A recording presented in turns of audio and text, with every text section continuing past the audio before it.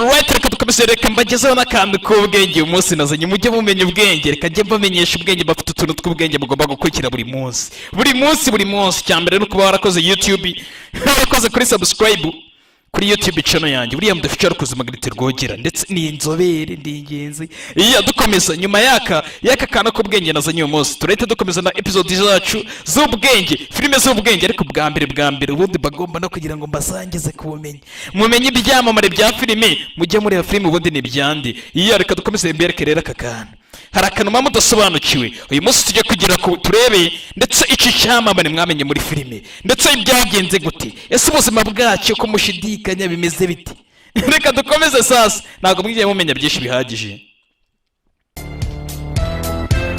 Niba warakomeje kureba filime z'injarugamba, filime zo ku rugamba, filime ndetse n'imirwano njyarugamba, ukaba ari byo wakurikiye cyane ndetse ugakurikira amakuru ajyanye na filime cyane, umugabo wita Bruce Lee wigeze mwumvaho? Wigeze wumva Bruce Lee? Niba warakunze n'agasobanuye ndetse n'uyu munsi ukaba ukigakunda, umugabo wita Bruce Lee wigeze mwumvaho? Uyu munsi ukaba tujya kureba amateka ye ndetse n'ibiki byamuranze, amabyiruka ye, yakuze ate, yageze kuri kariyeri ye ate, ndetse ikindi uyu mugabo yaje kubona amafaranga ate, yanapfuye ate, yabyaye abana banga, afite famiye imeze gute. Uyu munsi ibyo tujye kureba ndetse n'William dufite n'urukuze magnete rwogera. Uyu mugabo ni icyamamare, azwi bijyanye n'imirwanire cyane. Uyu mugabo arazwi ndetse yaje no guhimbana karate ye, bayita Jin ni Jet Jun Du, ni karate uyu mugabo yihimbiye. Amazina ye nyakuri uyu mugabo mwita Bruce John Fan Lee, umugabo wavukiye muri Leta Zunze Ubumwe za Amerika ku itariki 27 Ugushyingo 1940, apfa ndetse ku itariki 20 Nyakanga 1973. Akaba afite ubwenegihugu bw'ibihugu bibiri, akaba afite ubwenegihugu bwa Leta Zunze Ubumwe za Amerika ndetse n'igihugu cy'Ubushinwa, kubera ko yavukiye muri Leta Zunze Ubumwe za Amerika ndetse ikindi agaruka mu Bushinwa afata ubwenegihugu bw'Ubushinwa, ariko icyo gihe yafashe ubwenegihugu bw'Abongereza kubera ko Abongereza nibo bayoboraga Hong Kong. Muri make umujyi wa Hong Kong wafatwaga nk'umujyi w'Abongereza.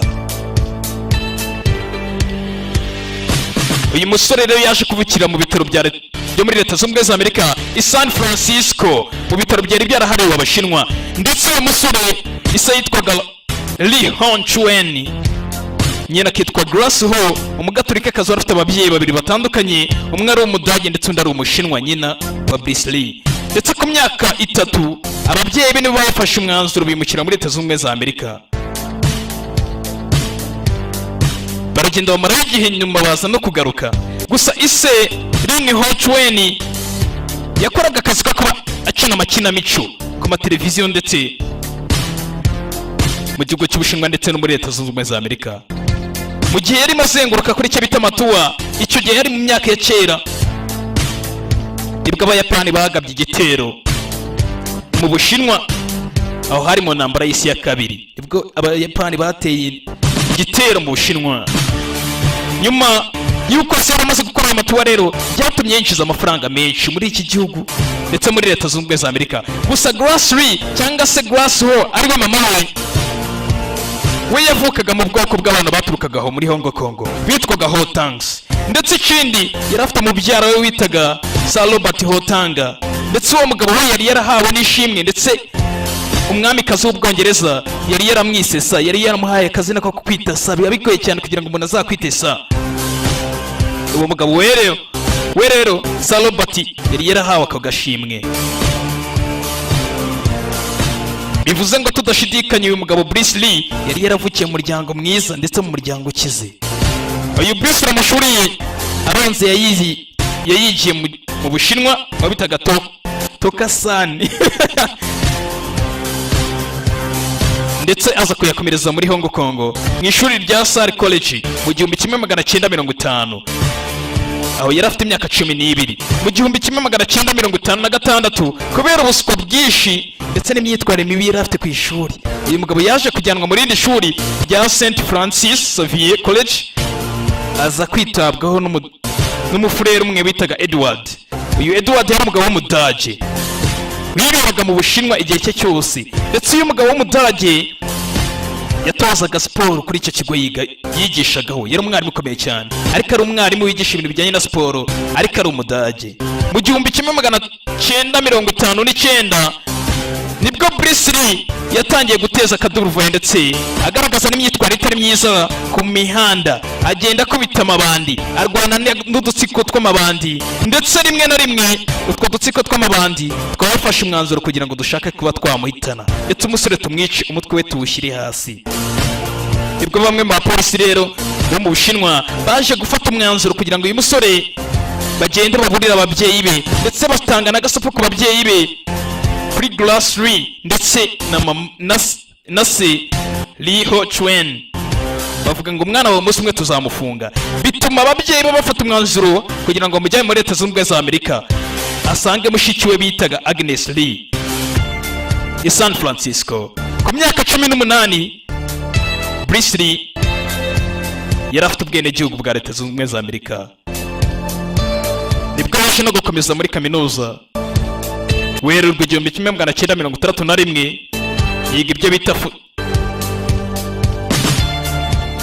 philosophy ndetse n'ibindi bijyanye n'amakinamico ndetse na psychology ndetse n'andi masomo ku ruhande. Ibi ni byo umusore yari yagiye kwiga muri Leta Zunze Ubumwe za Amerika, ariko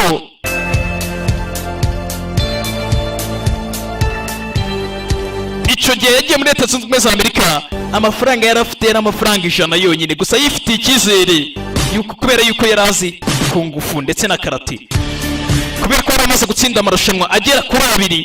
Rimwe yatsinze mu 1957 bitaga High School Boxing Champion of Hong Kong. Ayo ni amarushanwa yari yaratsindiye muri Hong Kong akirimo, ndetse hari n'irindi rushanwa yari amaze gutsinda ryo mu 1958 rya Crown Champion of Hong Kong.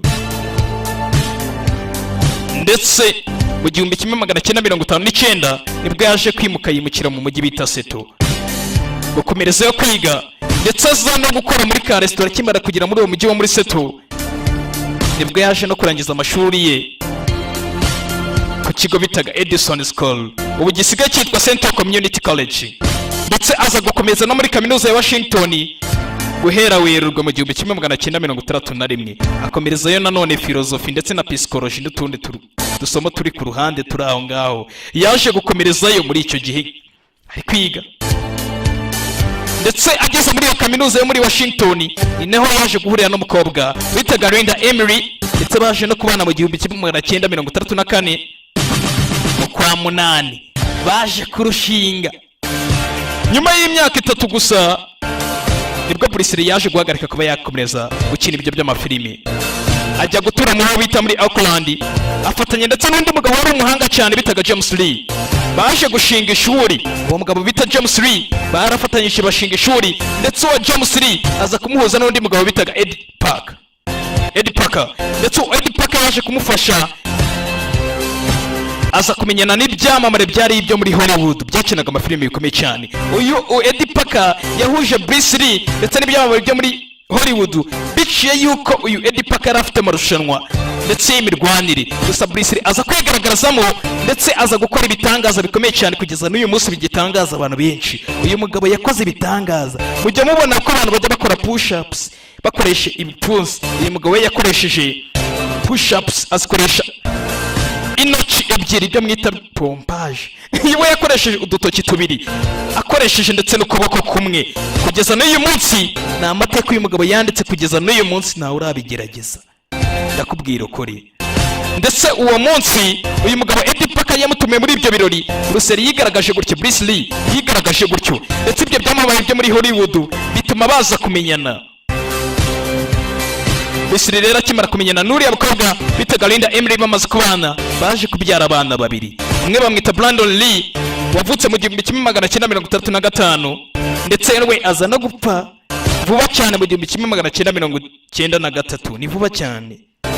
Uyu musore rero akaba yarapfuye nawe apfira kuri scene byandi baba bari gukina filimi. Gusa nawe yapfuye urupfu rw'amarabira kubera ko uyu musore bari gushutinga filime, gusa bari gukoresha imbunda za nyazo. Gusa muri izo mbunda harimo isasu, bari bazi ko isasu barikuyemo, gusa isasu ntabwo ryari ryashizemo, ntabwo amasasu yose bari bayamazemo, hasigaramo isasu rimwe. Barashiriza kwica uyu musore, ndetse yari ari gushutinga filime bita The Claw. Ndetse hari ndetse na mushiki we bitaga Shannon Lee. Bruce Lee yari yabyaye abana babiri, abyara undi wa mbere nababwiye ko ari Brandon Lee, ndetse aza kubyara n'undi bita Shannon Lee wavutse mu 1939. ndetse uyu mukobwa we yaje kugaragara muri filime rimwe mu 1990 rimwe, filime bita The Dragon Eagles, murayizi. ndetse Bruce Lee yatangiye gukina filime akiri akana gatoya, asaga mu 1950, afite imyaka mike cyane. Yaje kugaragara muri filime zigiye zitandukanye z'abana akiri umwana mutoya, niyo bitaga Kid Cheng ndetse niyo bitaga Golden Gate Girl. Izo ni filime yagiye agaragara akiri umwana mutoya, akiri umwana, bitewe n'uko se nawe yakinaga filime. ndetse ikindi bitewe n'uko uyu Bruce Lee akiri umwana mutoya, ndetse mbere y'uko avuka yavutse mu gihe mu Bushinwa ubundi baba bafite ukuntu bizihiza imyaka yabo. Hari igihe umwana yavutse mu mwaka bitaga wa Dragon, ubundi umwana w'umuhungu hari igihe bajya bamugereranya na Dragon, noneho umukobwa bakamwita Phoenix.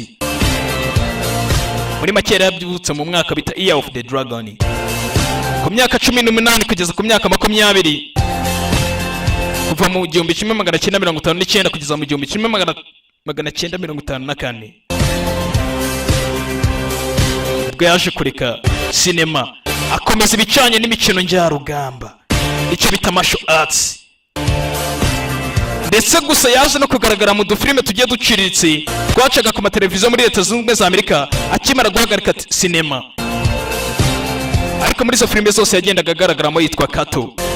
mu 1966 kugeza mu 1967 yagaragaye muri filime bita The Green, ndetse n'udufilime twacagaho muri icyo gihe bitaga Batman ndetse na Iron Side mu 1967, ndetse n'iyitwa Here Come the Brides mu 1969, ndetse ni naho bwa mbere yagaragaye muri filime bitaga Marway, ndetse n'utundi dufilime n'uduseri dutoya yagendaga akina nk'ako bita Long Street, ndetse ako bitaga Long Street yigeze kugakinamo akina nk'umutoza w'imikino njyarugamba martial arts. gusa muri uko gukina filime kwe niko yaje kugirana ikibazo, ndetse nabo bakinanaga filime ndetse n'abaterankunga bamuteraga inkunga ari gukina izo filime, biza gutuma uyu musore afata icyemezo agaruka muri Hong Kong. nibwo yaje guhura n'umugabo bitaga Raymond Chow. muramubona kurekera aho ngaho, ni umugabo wambaye rinete. yaje guhura n'uwo mugabo bita Raymond Chow yari umugabo ukuriye rumwe muri company ikomeye cyane yakoraga amafilime Golden Harvest, murayizi, yagiye gukora filime nyinshi cyane. ndetse baje guhura uyu mugabo bitaga Raymond Chow akimara gushwana n'abaterankunga be muri Leta Zunze Ubumwe za Amerika. bari bamaze gushwana bitewe n'uko uyu Bruce Lee yahimbaga ide, ndetse n'uburyo yakinaga muri filime ze. yahimbaga ide gusa ntibazimuhe kugira ngo ari uzikina, ndetse bakaziha abandi, bitewe n'uko yari umugabo wo muri Aziya. muri icyo gihe muri Aziya abantu baturukaga muri Aziya ntabwo bahabwaga agaciro muri Leta Zunze Ubumwe za Amerika. muri make we yasubijwe inyuma, ariko agatanga ide bagakina filime ntibamuhereho yahisemo. muri make yari yahimbye, bituma aza kwerekeza mu Bushinwa, aza guhura n'uyu mugabo bitaga Raymond Chow. bakimara guhura nibwo bakinnye filime bita The Big Boss. The Big Boss iramenyekana ku isi, ndetse imenyekana mu mwaka w'1971. n'ubu iracyarebwa, ni filime nanayibahaye mwarayibonye.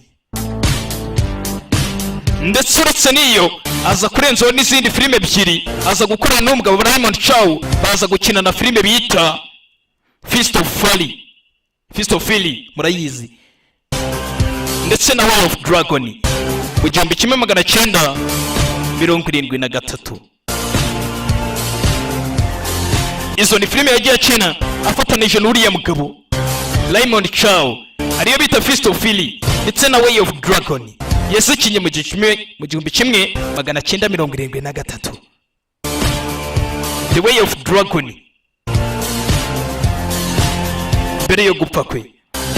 kuva ku myaka 30 Bruce Lee ari umukinnyi w'icyamamare ukomeye cyane.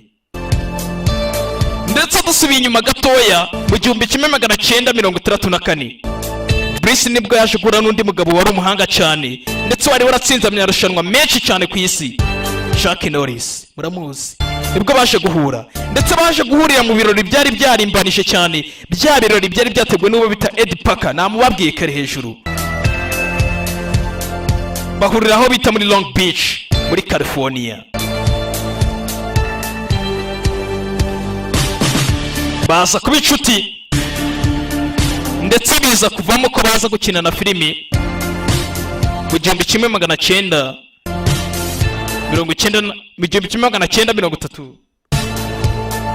mwihangane sorry, mu 1973 umukinnyi wa filime Bruce Lee yaje kongera akina filime bita Enter the Dragon, afatanya na sosiyete ebyiri. Ni nabwo bwa mbere byayibaye mateka ya sinema ko sosiyete ebyiri zikora filimi, Golden Harvest ndetse niyo bitaga Warner Bros byaje gufatanya bikora filimi, ndetse baza gufatanya hamwe n'uyu mugabo Chuck Norris baza kuyikinamo.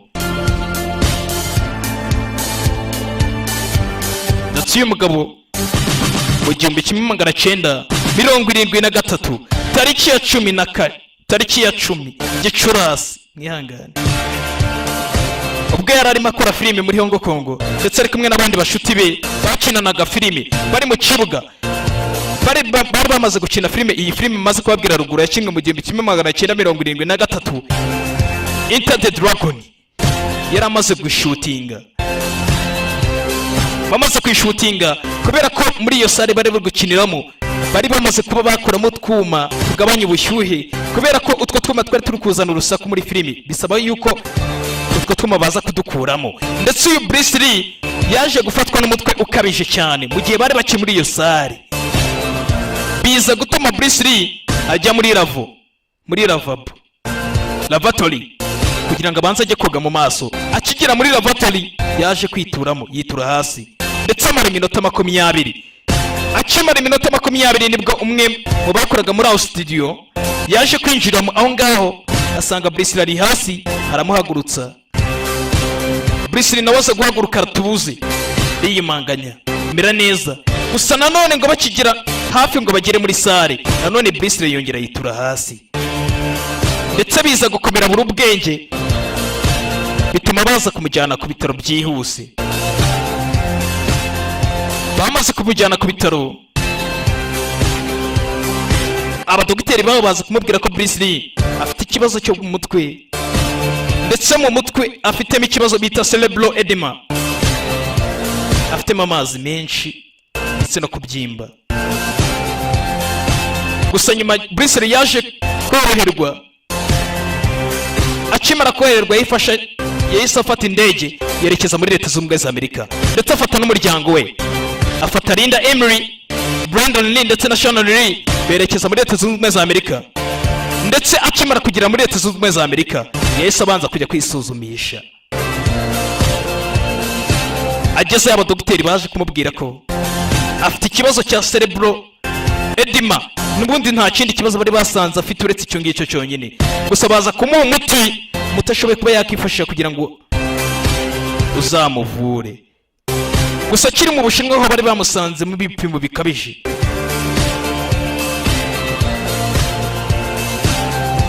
Aho yari akimara kugera muri California, Bruce Lee tukibaganirizaho. Ndetse abadogiteri baje kumuha imiti, bamuha umuti bita Delantine, umuti ubundi bajya bakunda guha abarwayi b'igicuri. Ndetse nyuma yaje gusubira mu Bushinwa, aza guhura n'umugabo bitaga Raymond Chow. Uwo mugabo namubabwiye ni umwe mu bagabo bari bakuriye uruganda rwa sinema cyane bitaga Golden Harvest. Niwe baje kugaruka barahura, baje guhura kugira ngo baze gutegura filime yagombaga gukurikira filime bitaga Enter the Dragon, ndetse yagombaga gukurikira filime bitaga Game of Death. Tugenekereje mu Kinyarwanda n'umukino w'urupfu, niyo filime yagombaga gukurikira. Nibwo uwo mugoroba rero Bruce Lee yaje gufata umwanzuro kugira ngo ajye guhura ndetse n'umukobwa ari kumwe na Raymond Chow, umukobwa bitaga Ting Pei. Bajya kumureba umukobwa barigombaga kubifashisha kugira ngo bajye gukina filime. Aho ni ku itariki 10 bagombaga kumukinisha muri filime, ndetse uwo mukobwa bagombaga kumukinisha muri filime yagombaga gukurikira Enter the Dragon. ari kumwe na Raymond Cho. Bageze kuri uyu mukobwa Ting Paul bagiye kumara imuhira, ndetse uyu Raymond Cho yaza gusiga Bruce Lee, amusigana n'uwo mukobwa, abasiga baganira. Gusa Bruce Lee bigeze ku mugoroba mu masaa moya yaje gufatwa n'umutwe w'igikato. Mukobwa yabonye ko ibintu bikomeye, amuha utunini tugabanya uburibwe. Gusa biranga, umusore aza kuremba afite umutwe ukomeye cyane, araremba. Bigeze mu masaa 3 z'ijoro, Bruce Lee nibwo yaza kujyanwa ku bitaro bya Queen Elizabeth Hospital biherereye muri Hong Kong mu Bushinwa. Nibwo bwageze ku bitaro rero, umusore bamukorera ibishoboka byose ngo bureke ko bamukiza, bibi by'ubusa. Bruce Lee apartyo. Nyuma nibwo baje kumupima ngo barebe icyo bamuhitamye, basanga afite n'icya kibazo cya cerebral edema nababwiye kare cyo kuba yabyimba ubwonko, ndetse basanze ubwonko bwe bwavuye ku magarama 100 1,400 bugera ku 1,574. Ubundi umuntu usanzwe afite 1,400. Ndetse Bruce Lee nibwo yaje kwitaba Imana, atyo baza kumukora imihango ifatika yose muri icyo gihugu, ndetse nibwo yaje kwerekezwa Iseto, aho yari atuye muri Leta Zunze Ubumwe za Amerika. Aza kujyanwa ku irimbi bita Lake View Cemetery, abari hashingurwa.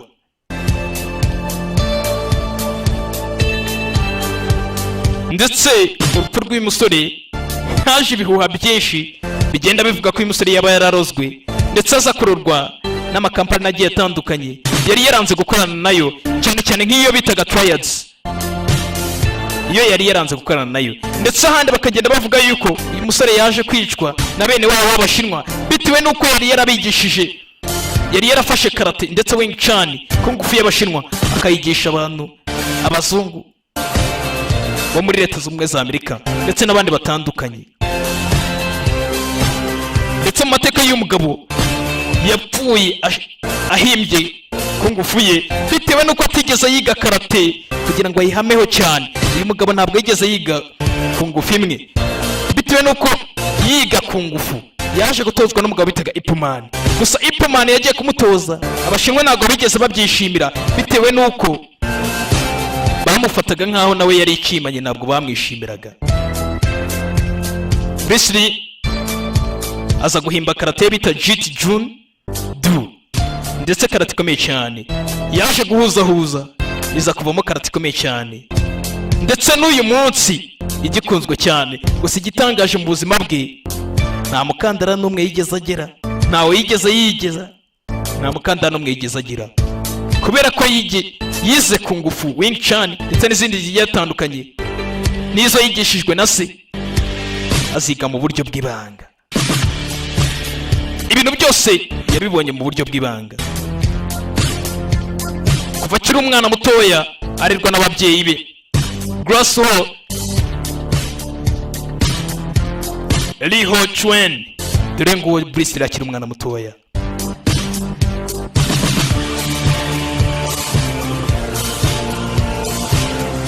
Ndetse no kugeza abyirutse agitangira gukina udufilime aho hari muri Hong Kong. Bruce Lee mateka yarayo, ndetse uwo mwumvaga yari rukuruzi yari Magnet Rwogera inzobere, gusanga ikintu atazobereyemo nabyo biba ari ikibazo. Ndetse naho yatozwaga na Ip Man muzehe yakwigendera, umwe mu master bakomeye cyane hano mu gihugu cy'Ubushinwa, wigishaga Wing Chun, usamwigisha mu buryo bw'ibanga. Ndabakunda cyane. Rukuruzi ni Magnet Rwogera. Ciao ciao.